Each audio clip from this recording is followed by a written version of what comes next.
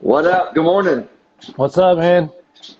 Man, I know I got you up early, man. Sorry about that. Nah, it's all good, man. It's all good.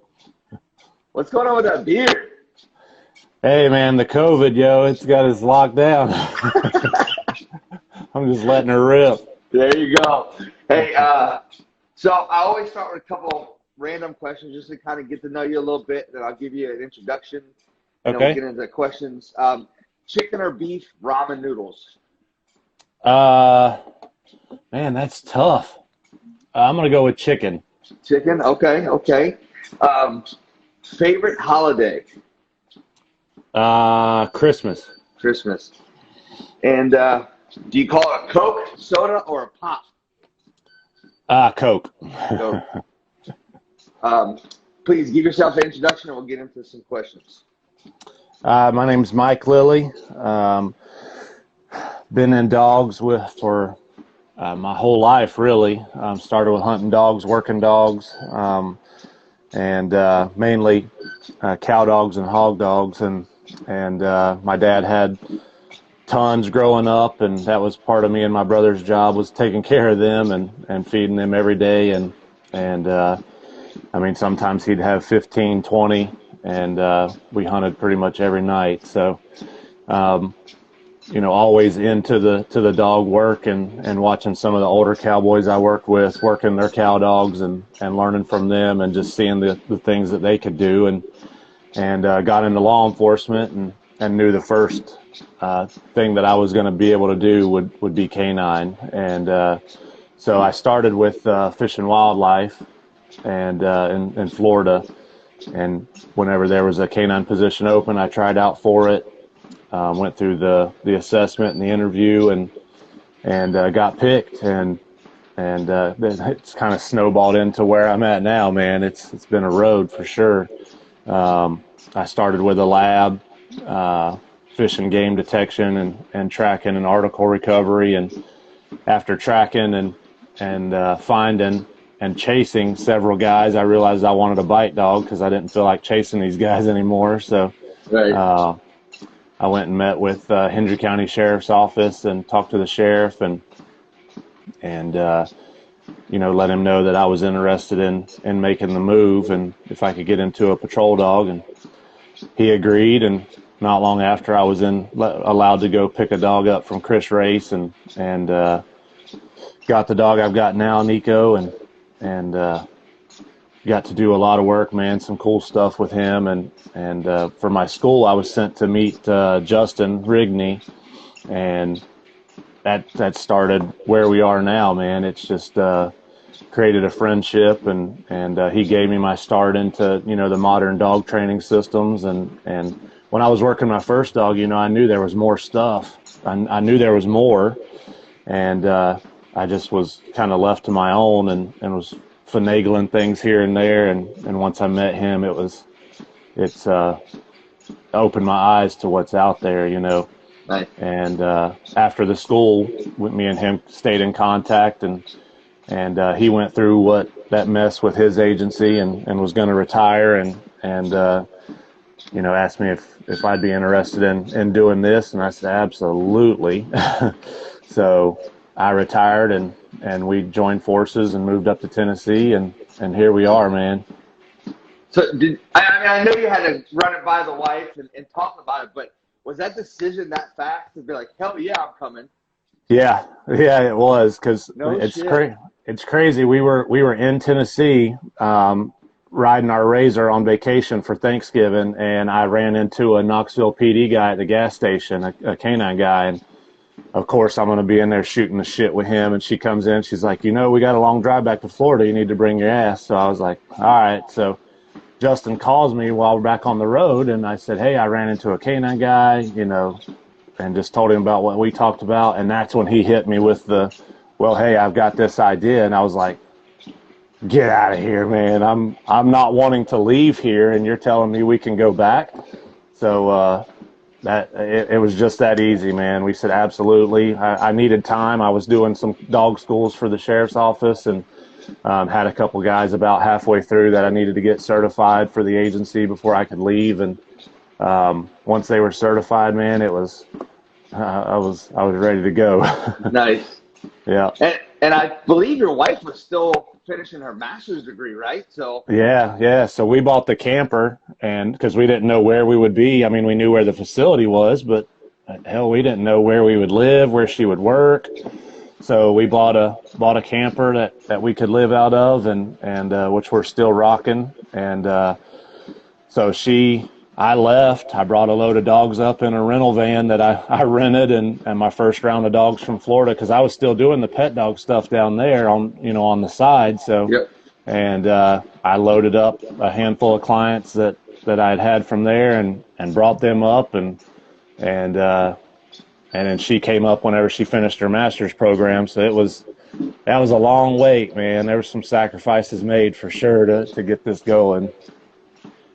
Man, I've got so many questions, and especially since your introduction, I've got some questions I want to talk about. But while we're on it, let's talk about the support that it takes, and the support that we need to do what we do, the sacrifices Absolutely. that we make, just from the training side, not even the law enforcement side, but just the training side in general. How important is that support, man? Man, huge, especially making this leap of faith, from just getting out of that solid check, that solid retirement, that insurance, but I knew, and me and Susie talked about this so much. I said, I feel like I need to do something more than just be the trainer and sergeant at the Hendry County Sheriff's Office, and if that sacrifice is what it is to do it, then that's what I need to do. And she agreed 100%. She didn't argue with me. She said, I agree. We need to do this. And there was no thinking in it. And if it wasn't for her and my family, my mom's a big pusher, as well. And Justin too, if it wasn't for him, I wouldn't be here. That's for sure. So he nudged me in the right direction. He's the one that pushed me to get going in pets. And I'm so glad he did, because I was really scared to start into that, and police dogs is a little different thing than somebody's little pet, and I got into it, and man, it's been a whirlwind for sure. It seems like yesterday I was pulling the camper in here going, what am I going to do now? And we're blessed to be busy, man. So That's awesome. And I noticed that you said that she said we need to do this. So yep. that team environment, that team aspect, man, that means so much. That's right, man. That is totally right. That's awesome. Jake said Susie is a saint. That's right. He knows it. Put up with my stuff and Justin at the same time. That's awesome. Hey, what kind of dogs did y'all roll when you were younger? So, whenever I was real young, my dad would go to the pound, and whatever was there, he would take and see if it would work, Okay. So when I got my own line of dogs, I really dug the yellow blackmouth cur. They're just a really hardy dog, and they've got some sense to them for the most part. And right when I got out of hunting, I had two brothers out of a long line of dogs, and from some old Florida people that have just been raising dogs forever. And yep. Man, they were solid dogs, really solid dogs. But Susie was, hog dogs get hurt. That's part of the game, and you're there to help them, and you're never going to leave them. It's just like a police dog. You're not going to leave them in a fight by themselves. But Susie would, every time I'd load up to go hunting, don't you get my babies hurt. And after a couple times of that, and then starting to get into police dog stuff, I was like, all right, it's time for me to make a decision, whether it's police dogs or hog dogs. And she was on my case pretty hard, so I decided to go ahead and get out of it. And I gave them to some guys that I knew would take care of them. And nice. And just haven't really been in. It's all been police and pet dogs. So. And again, man, I just have questions spiraling off of what we're talking about as we go, which is really good because that doesn't happen too often. But for the folks that don't understand hog dogs or just the working dog in general, right? Like I started TikTok and I have my dog on there and people are, oh, you're cruel because you put him on a slap mill. Lady, you don't know how spoiled my dog is. Exactly. Exactly. And it's just like the police dogs. You're not going to hold them back from doing what they want to do, and it's giving them a job. Like my dad said, they could be out wandering the streets, and nobody taking care of them. And they've got a job they love. We take care of them, and that's just how it works, And cow dogs especially, these dogs earn a living. Yep. I mean, and it's so crazy, we have heat alarms and AC blowing on them. And first thing in the morning, I go out, I grab every Malinois that's out there and bring them up and put them in a crate, because if I don't, whenever the handler gets here, they're just smoked for the day and have no gas. And man, growing up, these dogs are in a trailer at 4 a.m. and they don't get back in until after dark that night. And nobody's carrying them. They don't have a heat alarm, no fans. They jump in a canal, they cool off, and we go again, and it's just a whole different dog, just a whole different dog. So yeah, we growing up, my dad raised pit bulls, but we ran walkers for deer during deer season, and we coon hunted with blue tick hounds. Oh yeah, and man, whole lot of noise. To hear them fire up and set off, whoo! They give you goosebumps. But that's right. Those dogs were taking better care of our kids, really. Yep.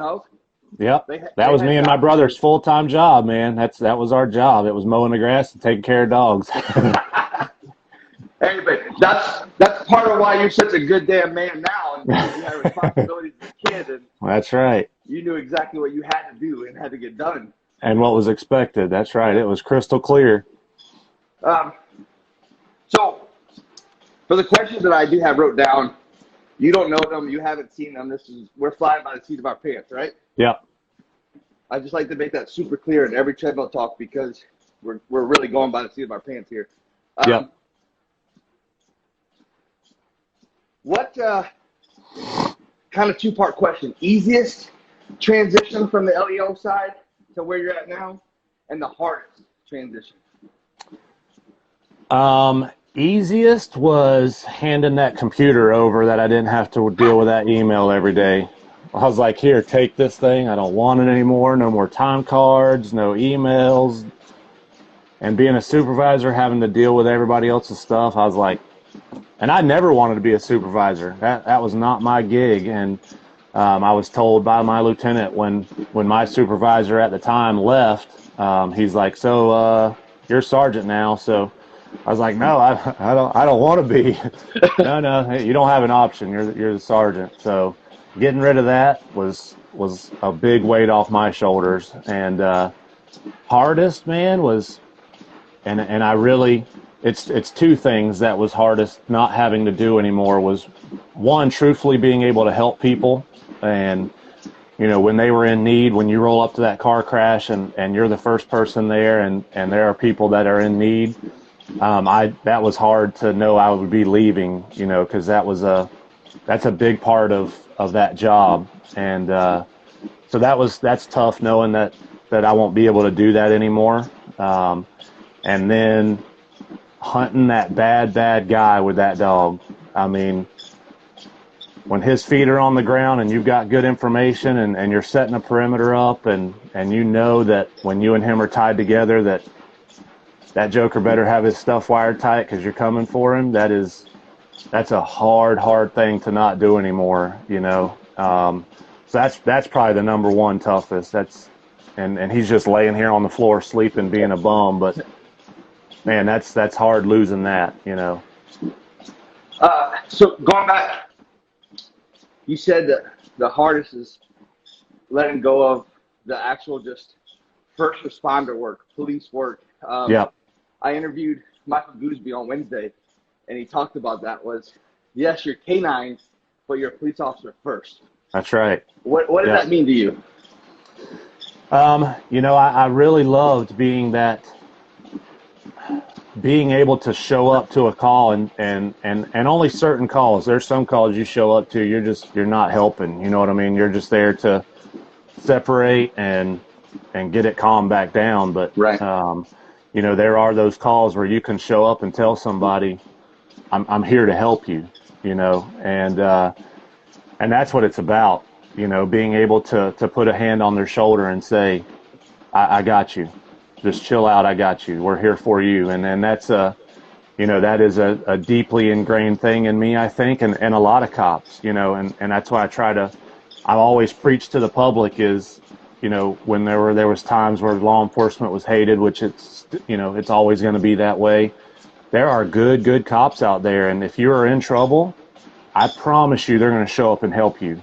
And I've never seen it not happen that way. So, the dog's in the car, it's a great tool, but, you know, we, as canine in my area, we still ran calls and helped out. So, that's first and foremost, you know. You're not going to sit in your car and go, oh, this isn't a canine call. No, you're out doing what you got to do. Yeah.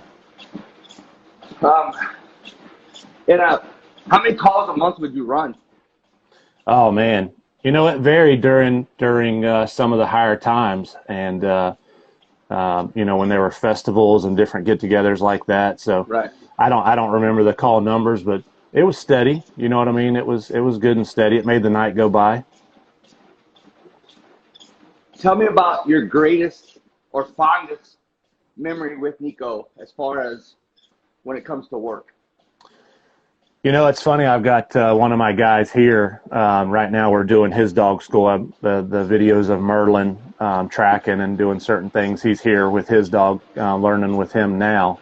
And we were just talking about it the other day because we have a few other new handlers here. And I was talking about my last pursuit I got in before I got out. And it was I stopped a guy for no tail lights. It was like 4:30 in the morning. I was going to be off at 6, and it was my Friday. So I was like, man, this guy's going to get somebody in a wreck. I'm just going to tell him, hey, you have no brake lights, no tail lights. And as soon as I turn the blue lights on, he dips in a driveway. And every cop knows that when you see that erratic, I'm pulling in this driveway that's not mine kind of deal that's the first thing. So long story short, we had a little bit of a fight, and in the moment and on the body cam, it looks like he tried to stab me with something. He pulled it out of his dash, and you can see it come right across the bottom of my vest. And this was while I was drive stunning him. And I disengage. He takes off with the car, and we get in a 13-minute pursuit. And he turns a corner. He's blacked out. He turns a corner, and he goes in a ditch, and he bails. I don't see him bail. I just roll up on an empty car. So I set a perimeter up in the direction I thought he went. I hoped he had went because it was, you know, marsh, thick woods, wetlands this way, and open field that way. So I got Nico out, and the guy that's here, he ran the track with me, and I cut the driver's side of the car, and he didn't give me anything. And I'm like, man, this dude went in that marsh. We're going to be swimming. We're going to be neck deep. And I cut down the passenger side, and he picks up a track, and we track for a ways through some woods and marsh, through under some fences, and we get to a yard with a bunch of outer buildings, and I went ahead and, you know, we cleared them before we put them to our back, and he hits this sidewalk, goes up the back steps, and muzzle punches the back door of the house. And I was like, my exact words to the guy that's here is, I'm going to call that. He's in this house. And there was like 10 loose pit bulls in the front yard. Just one of those houses, and I was like, I'm not going up there. So our radios were not the greatest out in this area, so we're trying to get units brought over to the house with some messed up radio traffic. So they get there, they go in the house, and he had barricaded himself in the back bedroom with a mattress, and they went in and got him out. And that's just for my last, you know, track right before I retired. And he didn't get a bite, but for me, tracking and finding those guys and being able to put those pieces together, man, is just, that's what it's all about. Tracking is my favorite thing, and being able to break it down and set up a plan and get the dog on the ground and move to the objective is, man, it's giving me chill bumps thinking about that night, and I'll never forget that. Yeah, Michael talked about it on Wednesday. He said, slow down, find them, then you can find them. That's right, man. You can't bite what you can't find. And there's, I think, a misconception around some handlers that your dog needs to run and when tracking because he's got to catch him. And for me, that's not the case, man. You need to have a dog and a team that moves slow so your guys stay with you. If a dog can't bang a turn running wide open, then you can't run wide open. You know, it just doesn't make any sense. You're going to be out there, you know, on a wild goose chase, you know, and there's just no need in it. So slow it down. And he's exactly right. Slow it down, set your perimeter up, think about it. And once you get that perimeter set up, it's not that you got all the time in the world, but just slow down and think about it. And that's what I try to preach to these guys is, and it's hard in Tennessee, man. I thought we had it rough in some of the bad neighborhoods in South Florida, but here with these mountains, man, these jokers go to the top of them and watch them come and move again. And perimeters are hard to set up here. So it was a learning curve for me and Justin for sure. Let's see here. If you could change one thing about K9 across the board, it's the Mike Lilley rule. What would it be? For egos and pride to not be a thing that you run your unit by, mainly in training, because man, that is tough. You know what I mean? Training evolves daily. You know what I mean? It is something that is ever evolving, and don't get me wrong. There's some stuff that comes up that I'd be like, maybe I won't use that, but be open to it. You know what I'm saying? Be open to it, and don't just shut it down immediately and say no. As a new handler, you know, I loved my trainers at the time to death, and they had a way they did things, and whenever I brought something up, I was just shut down right there, and that was frustrating, you know, and I think there are very good handlers that probably end up getting out of dog work because they just got chopped off at the knees, you know, and that sucks. That sucks because we need good handlers. We need guys that are dedicated to it. And when you're a new handler, we see it here. When you're a new handler and you have the senior guy tell you it's this way or no way, that's how it's going to be. And it's frustrating when you know that your dog can do better and can do more, but you're not allowed to do anything more. So just there's so much stuff out there, and there's so many good trainers. Just open yourself up and analyze it. Take it for what it is. If you don't like it once you see it, that's fine, but don't just shut it down just because you say clickers are for puppies and pets, because, you know, that's just the mindset, and it's not. It's absolutely not.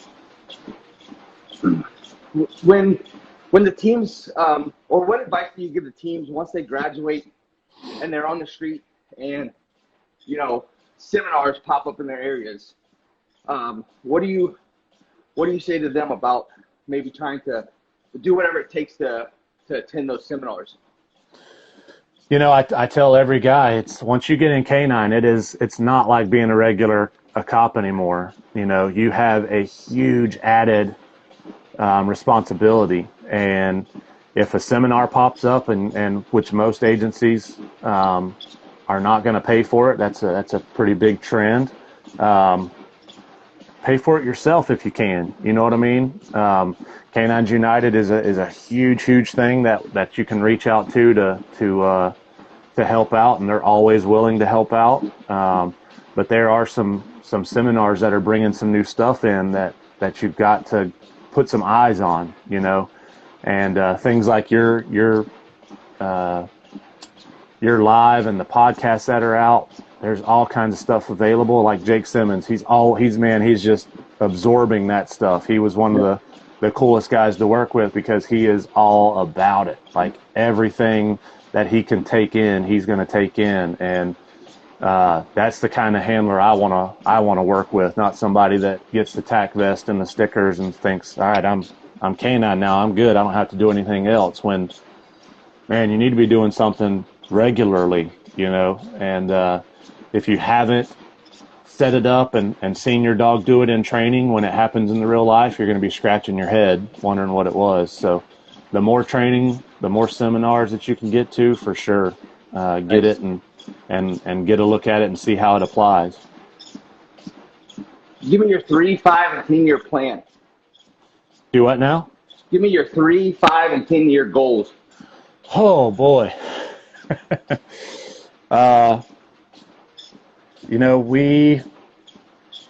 I think we are doing really, really well. And I think that as long as we're still doing what we're doing now for 3, 5, and 10, I'm good, man. I just want to keep doing what we're doing. And when COVID happened, I was like, oh my gosh, I just retired from a steady job that I would be getting overtime from this. And now this stuff is work's going to fall off. And we got busier, and all these people are talking about, oh, I'm time off and staying at home. I'm like, that didn't happen here. Right. That did not happen here. So yeah. We're getting stuck with everybody's badass dogs that they're having to be home with every day. That's the phone calls, man. I thought my dog was good, and I got stuck home quarantined with him, and I'm like, hey, come get him. He's horrible. Do you take kids, too? Do you take kids? That's right, or husbands or wives. Yeah, man, I hope I would love to be able to have that set plan, but honestly, I work my butt off every day. Justin works his butt off every day. Allison, Susie, it's just a family affair, and I hope that 3, 5, and 10 is exactly what it is today. Just working dogs and living in Tennessee, which is just awesome. It's absolutely awesome. So I'm good with it, man. If I can keep doing this, as long as my body will hold up, I'm good. Nice. Jay says his 5 years making the room for me and Nikki in Tennessee. I keep telling him, you got to come on, man. Him and Carlos came and visited, and I thought I was going to have to give him eviction papers because he was not wanting to go back. Talk about a dream team, man. Yeah, man. Yeah, and great group of guys, man. And that's a perfect example. He runs a big unit that catches guys and does work, and he is open to everything, and that's why. If you're set in your one way, from the old days, it works, but there's better. There's always better. And Yep. I'll never forget, I was in a meeting whenever I was a game warden, and I had borrowed a pair of NVGs and worked a few night shifts with it, and I was like, man, that is the tool, as a game warden, running blacked out, and so we were in a meeting, and I told my lieutenant, and my captain was there. I said, that NVGs were really cool. I don't know if that's something we can budget for, or I can get an old pair. And there was this salty old dude in there, and he's like, you're talking to people who have had no computers and no radios back then, and you're wanting NVGs. And I said, yeah, they used revolvers at the time. They had horses at one point, Yeah, we evolved. So roaming. We evolved. There are all kinds of tools as he's holding his cell phone in his hand, It's like why deny it just because of that? Oh, well, back in our day, hey, I respect it. That's where we got where we are. But there are tools now that we can use and make ourselves better with. And why not? Why deny it?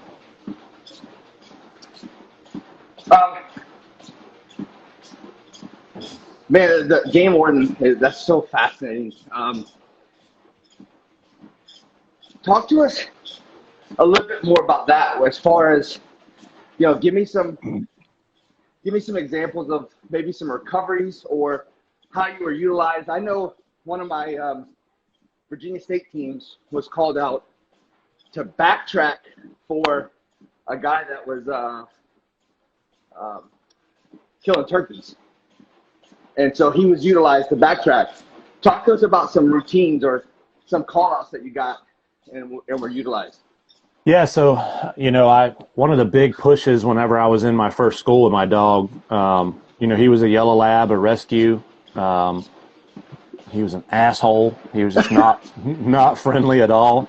And he taught me a lot. I learned from every dog. So one of my biggest cases with him was not even game warden related.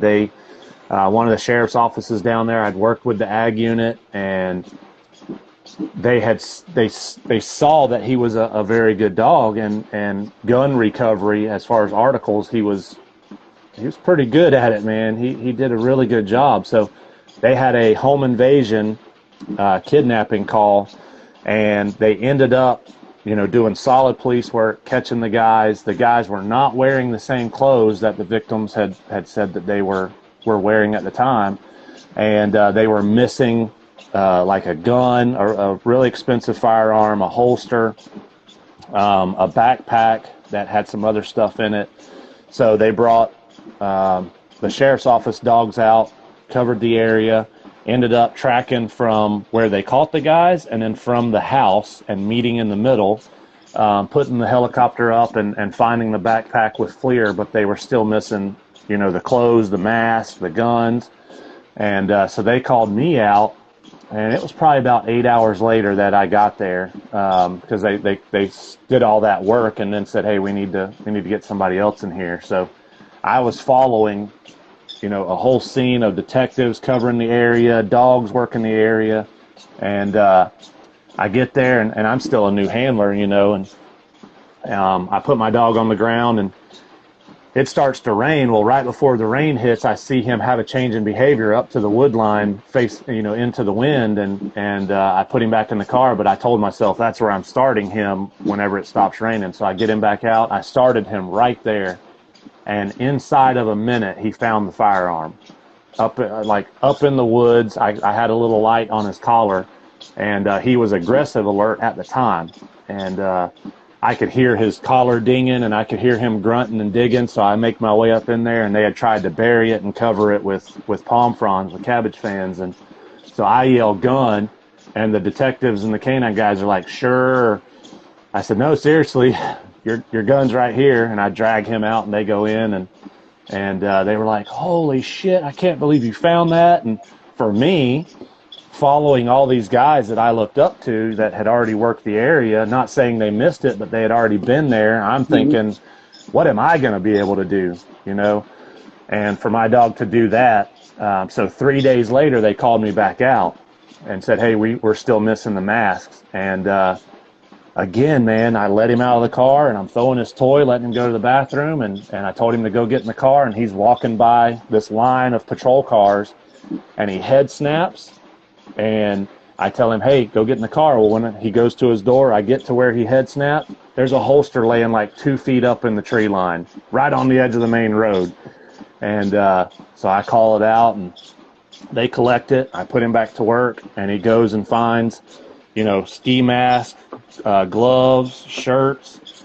And just based off him finding that and that being ran through DNA testing, it was proven that it was the guys that they had caught. We never saw a courtroom. The guys pled to a gazillion years in prison. And, wow, we never had to have a deposition, nothing.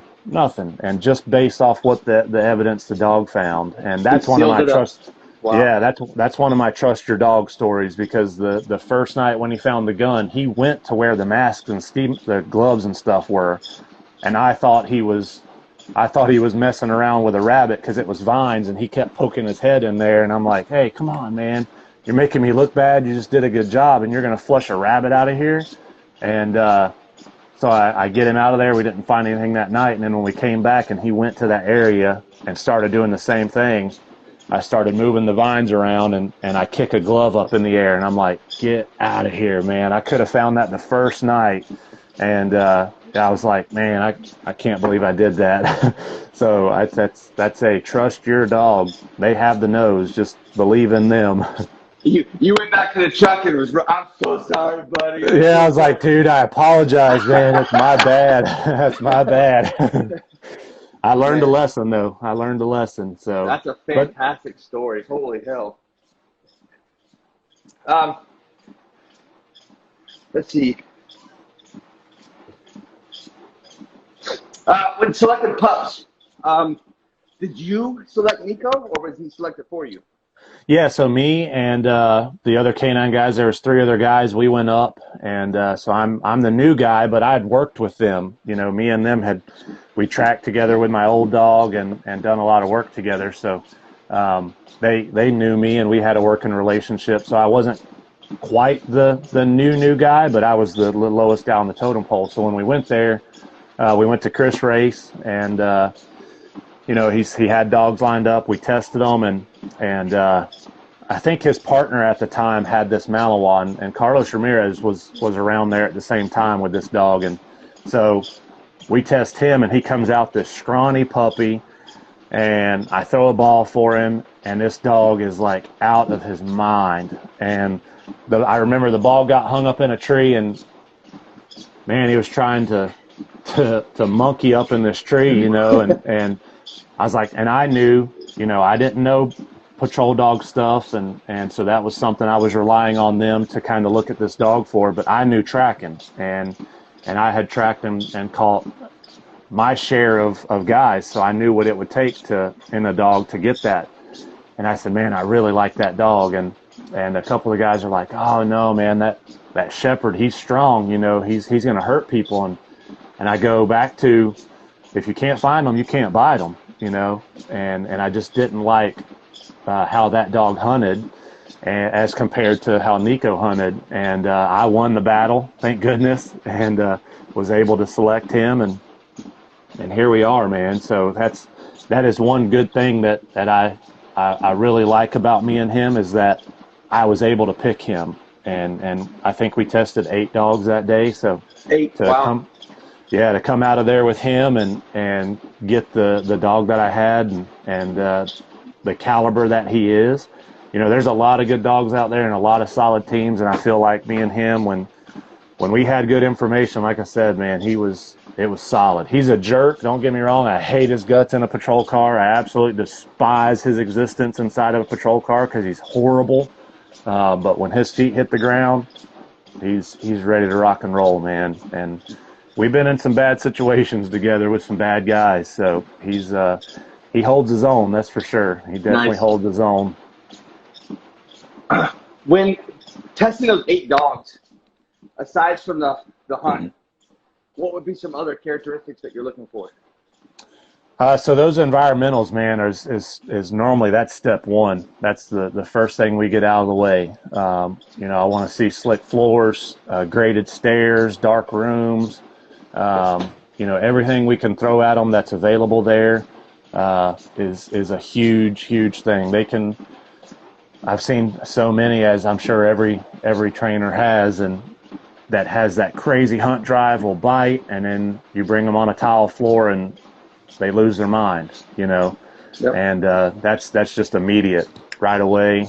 Because why have to work on that when you're spending the money that these dogs cost? Why have to work with that? So that's always the biggest, and we may go multiple places, if we can. So I went down the dog that's got a handler here now. He's a gun dog, going to be in Florida in the school system.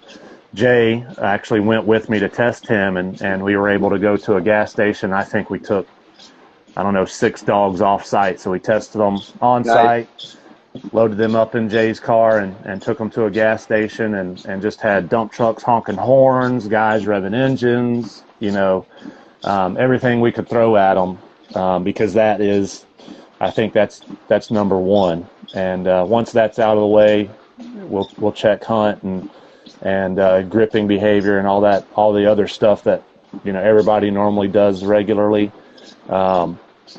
And then if we can throw a boogeyman at them, depending on the vendor, if we can see where their head's at with that and how they hold themselves and stand their ground, then that's if the vendor allows us. So that's always the question. So 2-part question off of that. I love watching the boogeyman, watching Justin put that out there. Yeah. And explain and break it down. Give me a rundown quickly on that, because I know we can talk about it all day, but when you reference the boogeyman, for people that are watching, what are you talking about? Like Justin says, that is the missing link in aggression work, man. You can do your rubber arms, your hidden sleeves, you can do all that stuff, and that boogeyman breaks down that dog to its soul. I mean, it really does. You're going to see the dog that you have.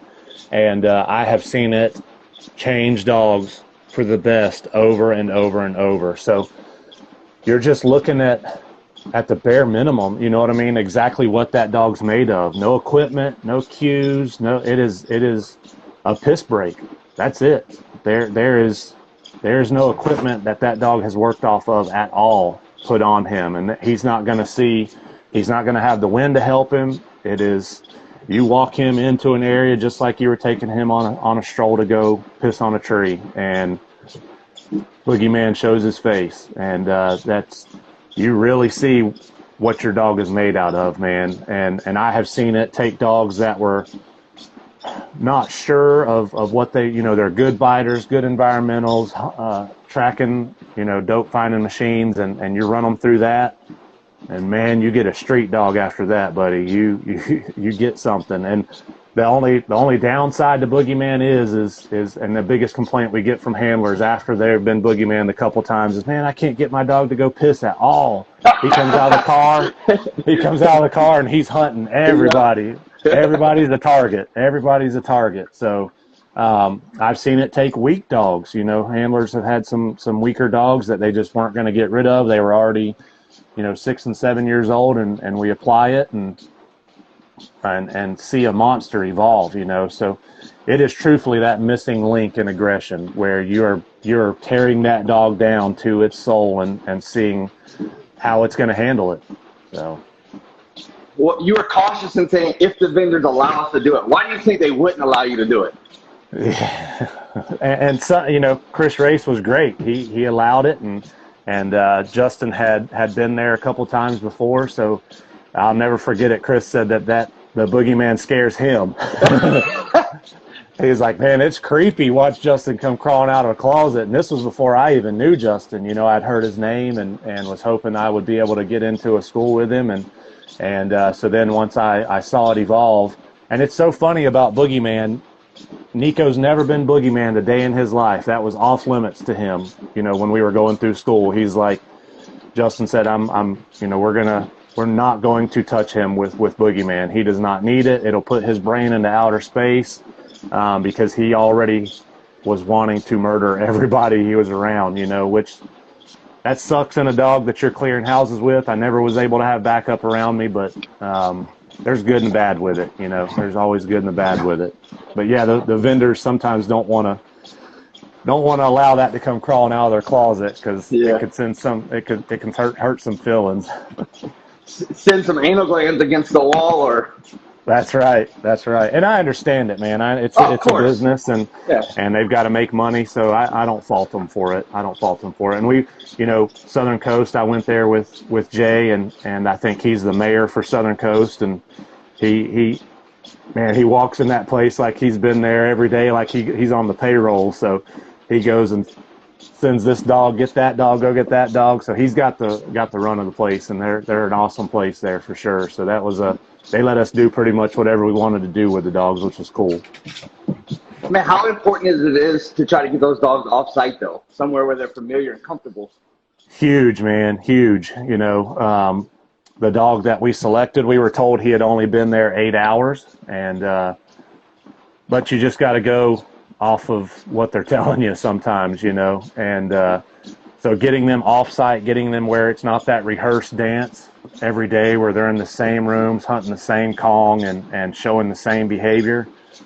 You change one thing in that dog's brain, one thing in that dog's environment, and you get a whole different dog. So, they can be awesome at their facility, but you take them to an away game and see how their brain is, and you hope to see the same dog, but if you don't, hey, it makes the decision easier. You know what I mean? And so and the gas station that I was talking about with Jay, we just went right down the road, and all it was a gas station. We didn't do anything crazy.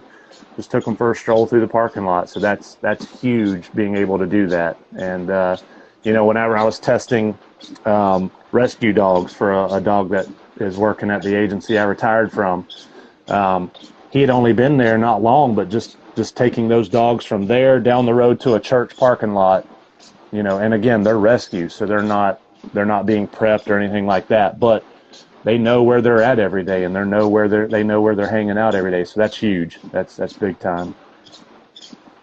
So flipping gears a little bit, I know you've done a lot in law enforcement. You told me some really cool stories, but man, what does it do to your heart to work with a dog like Abe?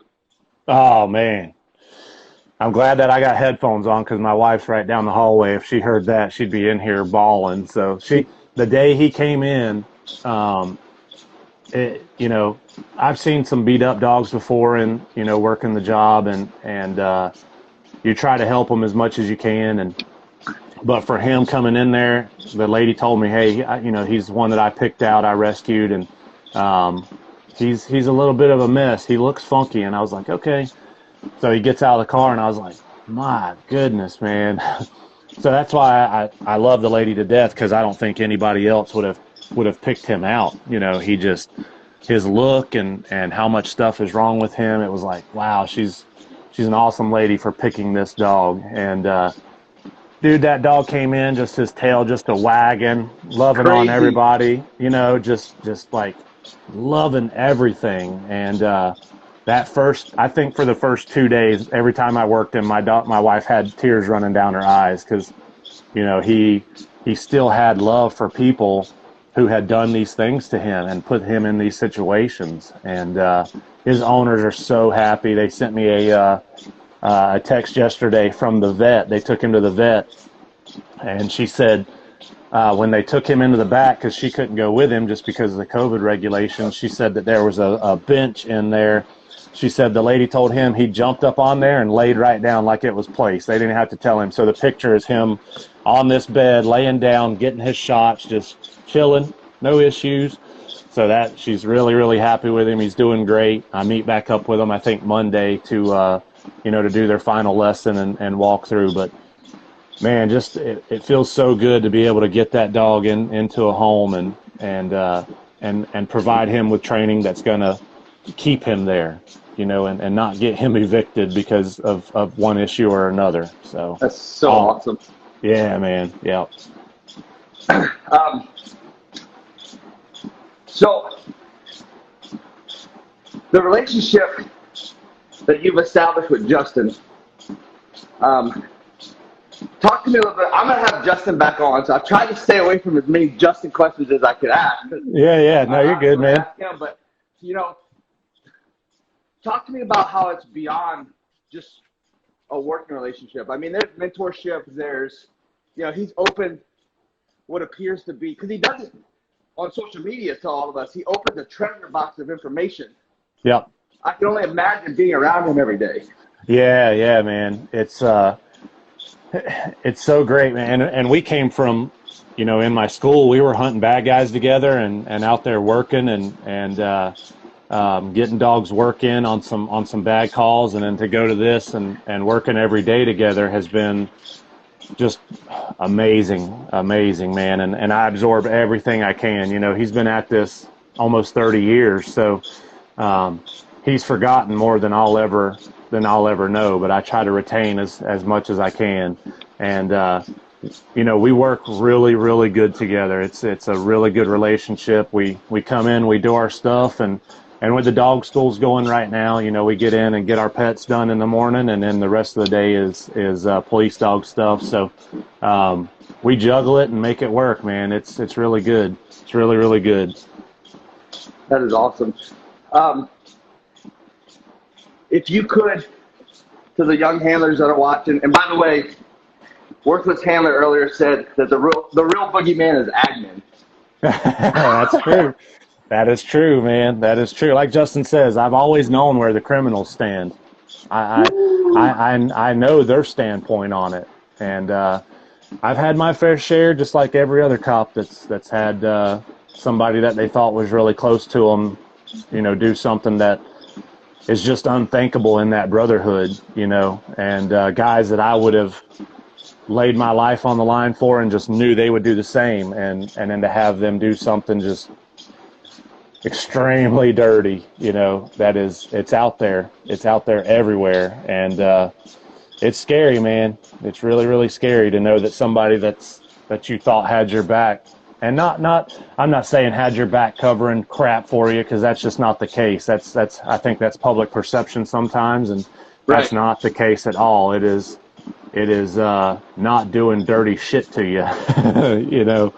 So that's whenever I retired, I had a, you know, I was trying to find my time to go to my sheriff, and you know, part of my retirement was health issues as well, and so I was waiting on the right time to go to him and make sure my dog schools were done and the dogs were certified, and a really good friend of mine knew my plan and ended up telling somebody that did not like me at the sheriff's office, and man, it could have been bad, you know. It could have been really bad, and luckily the sheriff was awesome, was really, really supportive of me, and it went the right way. But just like that, man, it was just a knife right to the heart. This guy that I had worked with for years, you know, came from other agencies, and that was tough, you know, to have that happen. I was like, what? Yeah, right. So he's exactly right. Admin is the boogeyman sometimes. Jay dropped another line on us and said the only thing that's consistent about admin is that they're inconsistent. That's right. That is right. And that's part of that handing that computer back that I talked about earlier, getting rid of that email right there. That's exactly it. Turning that computer on and everything's going good. The dogs are working great, catching bad guys, and you open up that email and there's an email from somebody that does not know dog work, making a decision on dog work, and you're like, it's fine. Leave it alone. Right. Stop messing with it. So yeah, those are the things that get the blood going for sure. Let's see. We got a couple minutes. I want you, because I know Jay has a bunch of young guys on the team that are super motivated, that follow his lead. They're hungry. They're excited to be a part of it.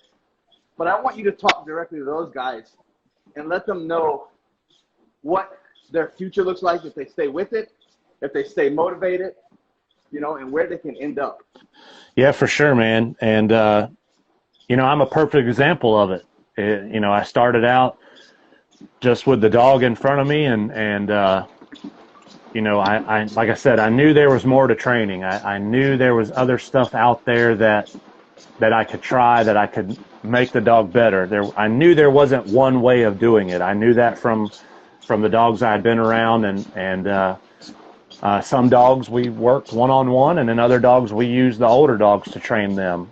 It just, every dog learns differently. And so as a new guy, knowing that, and guys with Jay are going to be very lucky because, like I said, he's open to new stuff. And hopefully, if they're a new guy, they're under a guy like that.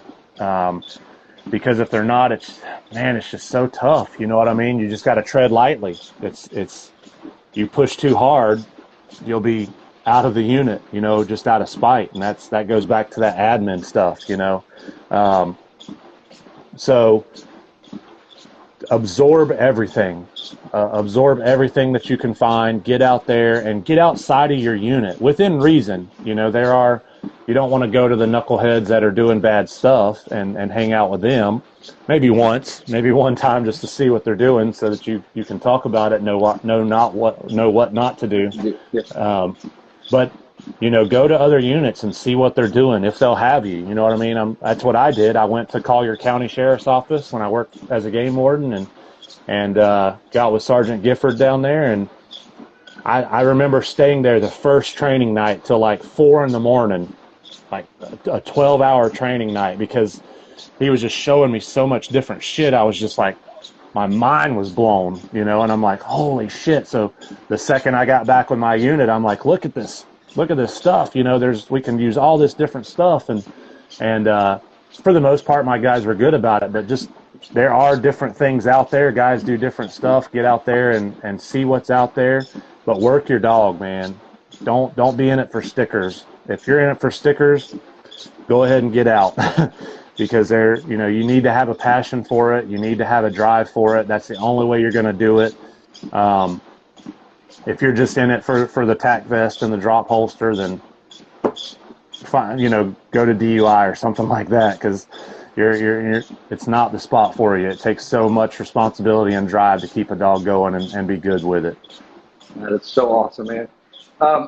Lastly, thank you for your time. This has been a phenomenal interview. I can't wait Thank you. to be able to meet up with you in person, meet you in person. Yes, sir. Work with you. But where can and thank you for joining 2020 by getting an Instagram just to come on here today.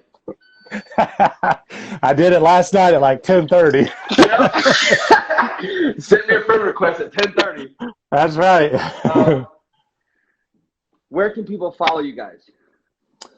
So we've got our Facebook page, Canine Services Unlimited LLC, our Instagram page, and we're here. Our doors are always open.